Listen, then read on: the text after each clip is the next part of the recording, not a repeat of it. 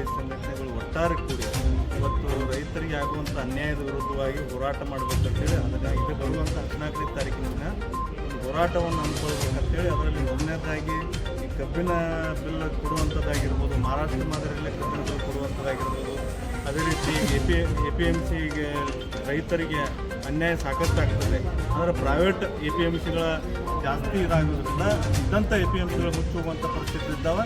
ಅದ್ರ ವಿರುದ್ಧ ಆಗಿರ್ಬೋದು ಮತ್ತು ಮೊದಲಿದ್ದಂಥ ಅಕ್ರಮ ಸಕ್ರಮ ಕಾಯ್ದೆ ಏನಿತ್ತು ವಿದ್ಯುತ್ತನ್ನು ಅದನ್ನು ಬಂದ್ ಮಾಡಿದಂಥ ಸರ್ಕಾರದ ವಿರುದ್ಧವಾಗಿ ಹೋರಾಟ, ಯಾಕಂದರೆ ಅದನ್ನು ವಾಪಸ್ ತೆಗಿಬೇಕು, ಮೊದಲಿದ್ದಂಥದ್ದನ್ನೇ ಅಕ್ರಮ ಸಕ್ರಮನ ಜಾರಿ ಮಾಡಬೇಕಂತೇಳಿ ರೈತರು ಎಲ್ಲರೂ ಕೂಡಿ ಇವತ್ತು ಸರ್ಕಾರಕ್ಕೆ ಒತ್ತಾಯ ಹಾಕುವಂಥದ್ದಾಗಿರ್ಬೋದು.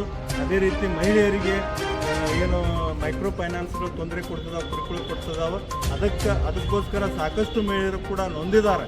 ಎಷ್ಟೋ ಮಹಿಳೆಯರು ಆತ್ಮಹತ್ಯೆ ಮಾಡುವಂಥ ಪರಿಸ್ಥಿತಿ ಬಂದದ್ದೇ. ಹಾಗಾಗಿ ಒಕ್ಕೂಟದ ಮುಖಾಂತರ, ಈ ರೈತರ ಒಂದು ಒಕ್ಕೂಟದ ಮುಖಾಂತರ ಆಗಿರ್ಬೋದು, ಎಲ್ಲ ರೈತ ಸಂಘಟನೆಗಳು ಮುಂದೆ ಬಂದು ದೊಡ್ಡ ಪ್ರಮಾಣದಲ್ಲಿ ಬರುವ ಅಕ್ಟೋಬರ್ 14ನೇ ತಾರೀಕಿನ ಒಂದು ಹೋರಾಟವನ್ನು ಹಮ್ಮಿಕೊಳ್ಬೇಕಂತೇಳಿ ಇವತ್ತಿನ ಸಭೆಯಲ್ಲಿ ನಿರ್ಣಯವನ್ನು ಮಾಡಿದೆ.